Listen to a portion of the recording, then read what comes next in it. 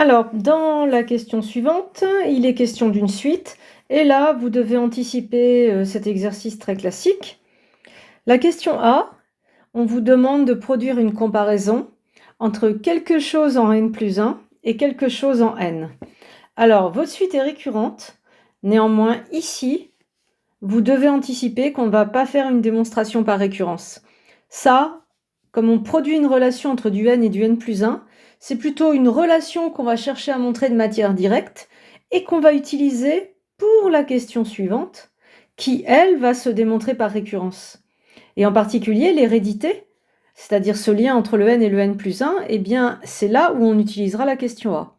Donc ici, pas de récurrence. Ici, démonstration par récurrence qui utilise la question d'avance. Très classique. Alors comment on va démontrer cette comparaison? Je propose déjà une réflexion par équivalence pour voir comment on fait. Donc je pars de la comparaison qu'on me demande de prouver et je la reformule par équivalence. La première reformulation qui vient en tête, je pense, c'est le xn plus 1 égale f de xn. Voilà, c'est une petite équivalence qui est facile à produire. Et là, c'est un truc très classique. Il faut chercher les spécificités de vos variables. Alpha, qu'est-ce qu'il a d'intéressant? Eh bien, alpha, c'était la solution unique de votre équation f de x égale x. Donc alpha, il a une reformulation en f de alpha. Et c'est ça qu'il faut utiliser. F de xn moins f de alpha, j'utilise cette reformulation ici. Et là, je touche à rien. Et il faut avoir un petit peu d'instinct et comprendre que ainsi reformulé, c'est plus joli, c'est plus symétrique et surtout, ça fait penser à un très grand théorème, le théorème des accroissements finis. Qu'on a vu ensemble en TD et qui permet d'exprimer comme ça, de reformuler des différences d'images sous réserve que les hypothèses soient validées. Alors justement, c'est quoi les hypothèses pour utiliser le théorème des accroissements finis? Eh bien, il faut que alpha xn soit dans un intervalle où f est continu, y compris les bords. L'intervalle, si on l'ouvre, f devrait être dérivable, et à ce moment-là, il y a une reformulation. Bon, tout ça, ça s'explique facilement, hein. Voilà.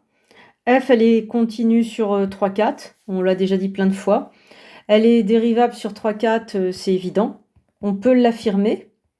Ici, on se contente de montrer qu'on connaît bien les hypothèses du théorème des accroissements finis. Et puis xn et alpha sont dans l'intervalle 3, 4. Et donc, on en déduit et on cite le théorème, d'après le théorème des accroissements finis, qu'on peut poser une variable que je vais décider de baptiser Cn, parce que finalement, ça dépend de n avec le xn. Et j'ai une reformulation ici de ma différence d'image en f' de Cn fois xn moins alpha. Ça, c'est vraiment un truc hyper classique. Différence des images avec dérivabilité, reformulation possible. Et après, eh bien, vous passez en valeur absolue, puisque la question qui vous est posée, ça concernait les valeurs absolues. Voilà. La valeur absolue d'un produit, c'est le produit. Et ici, eh bien, vous utilisez la majoration par 1/12 que vous avez montré en 2. Donc, on passe d'un égal à un inférieur ou égal.